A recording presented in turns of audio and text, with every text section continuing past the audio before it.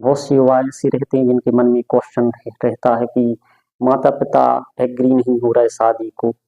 अब भागकर भी शादी नहीं करनी और माता पिता एग्री भी नहीं हो रहे तो क्या करूं। तो मैं कहता हूं उनसे कि आपके लिए सिर्फ शादी ही जरूरी है और आपका अंतिम लक्ष्य, अंतिम डेस्टिनी क्या शादी ही होती है।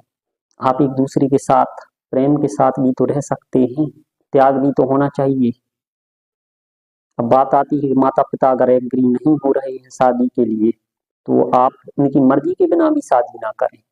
लेकिन मैं ये भी कहता हूँ कि आप जबरदस्ती भी किसी से शादी ना करें। इस बात पर तो ऐसे तो डिबेट हो सकता है कि आप भागकर शादी कर रहे हैं, लेकिन इस बात पर से डिबेट नहीं हो सकता कि आपकी मर्जी के बिना, आपकी फ्रीडम के बिना, खासतौर से लड़कियों को आपकी शादी किसी के साथ भी करा दी जाएगी। ये तो बिल्कुल अनुचित बात है। तो मैं तो यहाँ यही सलाह दूंगा कि अगर आप बात कर रहे हैं, वो एग्री नहीं हो रहा है, तो आप इतना ही बोले कि चलो ठीक है,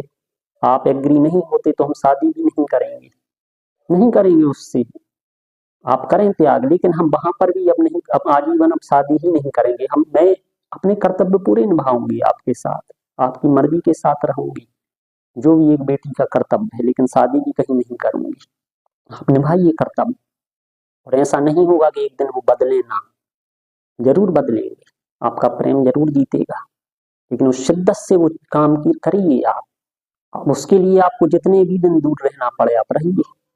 आप भागकर शादी तो बिल्कुल भी ना करें। आप अपनी स्वतंत्रता का भी ध्यान रखें, आपकी स्वतंत्रता कोई नहीं छीन सकता कि आपकी मर्जी के बिना आपकी शादी किसी और से करा दी जाए,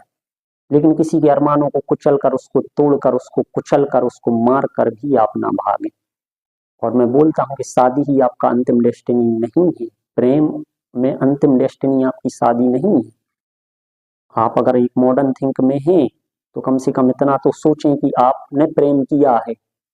तो प्रेम तो आप दोनों के भीतर जिंदा है, तो आप जहाँ हैं वो वहां हैं, खुश रहें, आप दोनों अपने माता पिता के लिए अपने कर्तव्य अदा करें, शादी ना करें आजीवन, तो कभी ना कभी तो वो एग्री होंगे,